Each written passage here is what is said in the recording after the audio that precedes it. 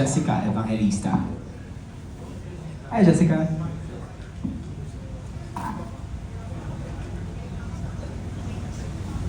Hello, congratulations, Robjel. Yung tanong ko, kasi di ba parang kapag artista ka, may mga, sa mga characters mo, may mga ugali ka na minsan nadadala mo sa tunay na buhay. Like parang, ano may magagawa ka? Ay parang hindi ako to, parang si Angela to. Ano yung, si Alice to, parang, ano yung sa inyo yon yung qualities na yun? For me, yung kalutangan ni Alice. Minsan nadadala ko na siya, like, hindi naman po kami nagtitake. Tapos, yung mga tao sa paligid ko, Alice! Kasi very Alice of me. Kunyari, may nakalimutan ako or mali yung nasabi ko, something like that. Yan lang po. Yun lang naman. Hopefully. Ako, parang wala naman po ako nadadala kasi sinanay ko po yung sarili ko na pag-cut na. Nonchalant? Hindi naman ako nonchalant. Yun lang po.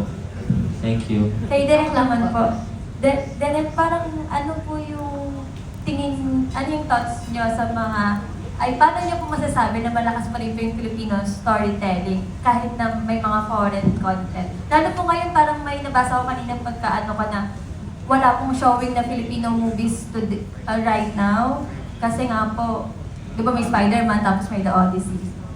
I think ang Philippine stories kasi is home. Yun yung tahanan natin eh. Kahit sabihin natin na big production yung Hollywood, malalaki yung artista. But I think the essence of Philippine story is yung mismong kwento niya na hindi tayo, nakakapit tayo, na relatable tayo sa kwento. Kaya itong DAP actually, ang hilig natin sa iyak eh. Ang hilig natin sa drama eh. Ang hilig natin sa naaawa tayo sa mga characters eh. Kaya mas kumakapit yung tao sa DAP din. So, yun. So I think the essence of the Filipino stories are really the story itself. Kasi yun yung home natin as Filipinos. Thank you po. Congratulations. There you Salamat have po. it. Maraming salamat po. And we are down to our last person to ask. We have from Lionheart TV, Mr. Richard Pagligawan.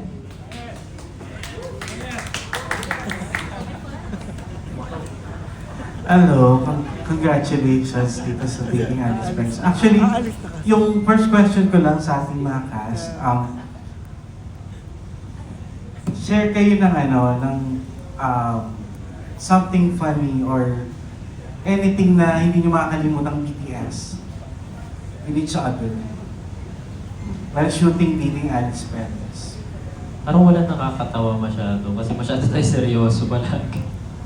Ang pinaka-memorable pa rin po talaga for me, I think yung sa SDP pa eh. Wala po masyadong nakakatawa this season kasi Ay. sobrang bigat po. Tama ba ako? Meron nakakatawa. Ano? Nung nasa beach po kami, pero hindi ko po pwedeng ikwento yung mga nangyari. Kailangan nyo muna pong mapanood. Eh, BTS man. Hindi. Dapat mapanood nila eh. Ah. Basta sobrang happy po kami lahat dun sa beach. Parang wala kami mabigat na eksena. Yun lang ang tanging araw na hindi kami umiyak. Yun po. Zeke, may share ka ba? Well, yeah, just like what they said, more on dramatic scenes and heavy scenes kasi with Rabjel. Pero ang ka-eksena ko na comedic, wala siya right now. Pero si Topher, si Miko, so yung mga eksena namin, well, they're comedic pero at the same time, sa mismong set or IRL, tawan-tawa din talaga kami sa pinaggawa namin. Kaya, ayun, so far yung mga scenes namin, yung mga kulitan, bardagulan, gano'n. Yun na yun eh. Natatawa kami mismo sa eksena habang ginagawa namin. So yeah. And kanina kasi parang natakel na lahat naman may red flag. So, eto na lang. Ano yung non-negotiable red flag sa inyo in dating someone? Non-negotiable. For me, a big red flag na parang deal breaker talaga is when someone, something as bad as cheating. Something na I feel like, non-negotiable for me. Raja. Siguro also one is cheating and then another for me is yung respect for my family. Kung wala siyang respeto sa pamilya ko, it's like disrespect to to me as well. Yan. Ako po, yung pag wala siyang respeto sa mga tao. Una ko po tinitignan yan palagi sa kahit kaninong tao. Gusto ko po yung lahat ng kung paano niya kausapin yung mga tao, dapat pare-parehas, pantay-pantay. Yeah. Thank you. Thank you po. Salamat. Thank you po. There you have it. Palakpakan naman natin, guys. That concludes our